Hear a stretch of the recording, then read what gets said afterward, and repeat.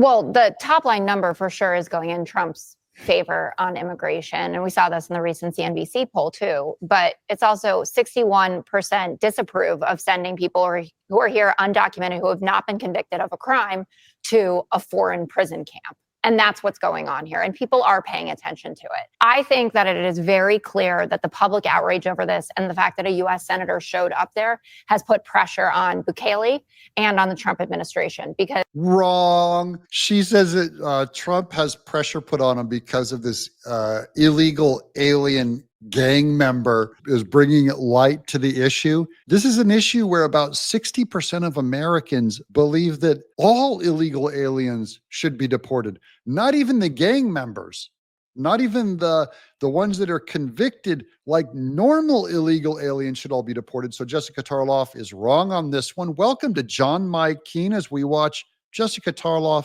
embarrass herself with her Trump derangement syndrome. As before, while they were lounging around the Oval Office, patting each other on their authoritarian back, saying, ha, ha, ha, build more prisons. Where's the outrage? What outrage? The public outrage? Yeah. You're just reading news blogs, Jessica. No, you think that the Supreme Court saying 9-0 that his return has to be facilitated. You think this Fourth Circuit opinion written by a Reagan appointee saying this should be shocking. Not public outrage. Yes, Greg, I'm not just getting this off of some junk on my phone. If you look on the front pages of all of the major newspapers, if you look at every newscast and what they're leading with, it's this story. And you say you always. But all of those news organizations are on the story because they're all Democrats. So she's not exactly making the case. There's not public outrage like normal people. You're telling me like a normal trucker or a librarian or a normal school teacher or someone flipping burgers at McDonald's right now is saying it's crazy that we deported an illegal alien who's a gang member? Pick one person. You say that to me frequently, and then I come back the next day with someone new. When I said there's a 54-year-old American man that was taken into ICE detention custody. Mm-hmm. Oh, one guy, he got returned, no big deal. Then I talk about Andre, the gay makeup artist, who, by the way, still has not been convicted of anything, and we don't know what's happened to him. Going down there to try to get well, him? Someone should, whatever why would Chris Van Hollen, though, pick this guy? But why do you pick the MS-13 guy and not the gay makeup artist? This isn't an MS-13 guy. Let's be very clear about this. The accusation of being MS-13 is based on a double hearsay testimony. They never followed up with it. And a detective who weeks later was indicted for sharing confidential information. Okay, well, she's a little behind on the news because Trump just now showed a photograph of the guy's knuckles and they had gang signs all over his knuckles. That's why in this image that they're showing on TV here, the guy on the left, they're not showing his hands. His arms are covered in gang tattoos. Specifically, his knuckles are MS-13 tattoos. His legal status, Abrego Garcia's, was approved by the Trump administration in 2019. And every year since then, he has checked in with the Department of Homeland Security.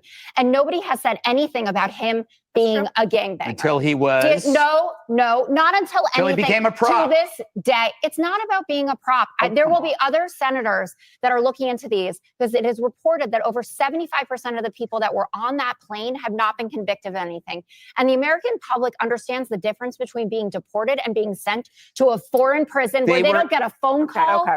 They don't get to talk. By the way, that prison he was sent to, they've already released him because they did say it was wrong because he wasn't a criminal. They said you have to get deported, but it doesn't mean you have to go into an El Salvador prison.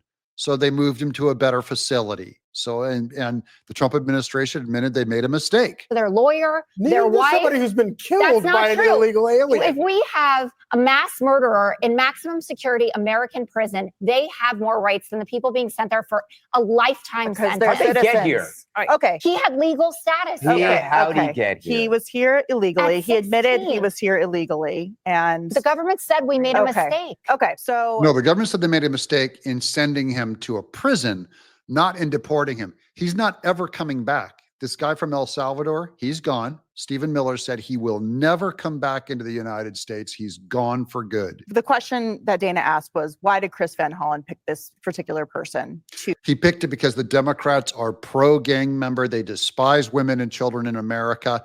And that's what we're going to end on, is let Jessica Tarlov and the Democrats, they're going to lose every election because they find sympathy for MS-13 illegal alien gang members and not the victims of American women and children that are being hurt by these people. I'm John Mike Keene.